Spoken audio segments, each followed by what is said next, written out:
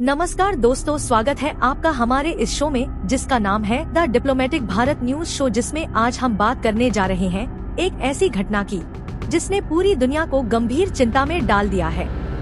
जी हाँ दोस्तों, हम बात कर रहे हैं इजराइल और ईरान के बीच छिड़े युद्ध की, जिसने पिछले 5 दिनों में भयावह रूप अख्तियार कर लिया है। और अब खबर आ रही है कि कनाडा में चल रहे G7 शिखर सम्मेलन में उस समय अचानक हड़कंप मच गया जब अमेरिकी राष्ट्रपति डोनाल्ड ट्रंप समिट को बीच में ही छोड़कर अमेरिका लौट गए। और अब देखने में यह आ रहा है कि ट्रंप के वापस होने की घोषणा के बाद ही पूरे तेहरान में धमाकों की आवाजें और ज्यादा तीव्र हो गई है, जो निश्चित ही अमेरिका के इजराइल पर खुला समर्थन को दर्शाता है। वहीं इसराइल ईरान तनाव के बीच अमेरिकी राष्ट्रपति डोनाल्ड ट्रंप ने मंगलवार को बड़ा बयान दिया है, जिसमें उन्होंने कहा है कि अब हमारा ईरान के आसमान पर पूरी तरह नियंत्रण है। उनका यह बयान ऐसे समय में सामने आया है जब इस तरह की अटकलें तेज हुई हैं कि क्या अमेरिका ईरान पर इसराइल के हमलों में शामिल होगा या नहीं। अमेरिकी राष्ट्रपति ट्रंप ने अपने social media platform truth social पर लिखा है कि अब हमारे पास ईरान के आसमान पर पूर्ण नियंत्रण है, जो निश्चित ही अमेरिका का इजराइल को खुला समर्थन है। हालांकि उन्होंने इसराइल का सीधे तौर पर जिक्र नहीं किया। राष्ट्रपति ट्रंप ने ईरान नेतृत्व को धमकाते हुए कहा है कि अमेरिका जानता है ईरान के सर्वोच्च नेता अयातुल्ला खामनेई कहां छिपे हुए हैं, लेकिन हम उन्हें मारना नहीं चाहते हैं।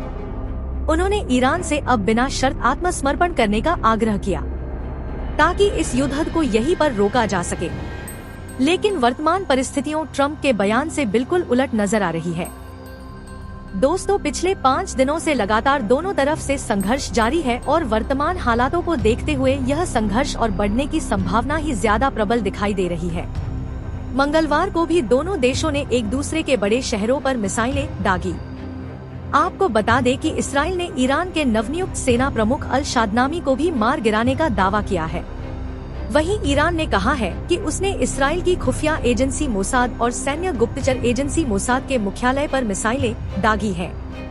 वहीं इजराइल सेना के एक अधिकारी ने कहा कि इसराइल ने ईरान के परमाणु और बैलिस्टिक मिसाइल कार्यक्रमों से जुड़े दर्जनों ठिकानों पर रात भर हमला किया और ईरान के सैन्य नेतृत्व को भागने पर मजबूर कर दिया।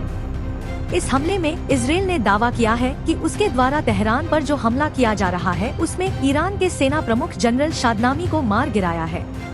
हालांकि ईरान ने शादनामी के मारे जाने पर कोई टिप्पणी नहीं की है। इस हमले के बाद ईरान ने रिवॉल्यूशनरी गार्ड और नियमित सशस्त्र बलों के शीर्ष अधिकारियों की जगह अब अन्य जनरलों को नियुक्त करना शुरू कर दिया है। वहीं ईरानी मीडिया के हवाले से खबर आ रही है कि मंगलवार सुबह ईरान की राजधानी तेहरान में कई विस्फोटों की सूचना मिली है। ऐसी स्थिति को देखते हुए ईरान ने नतांज में ईरानी परमाणु केंद्र के पास एयर डिफेंस सिस्टम को भी सक्रिय कर दिया गया है ताकि ईरान की न्यूक्लियर फैसिलिटी साइट को बचाया जा सके।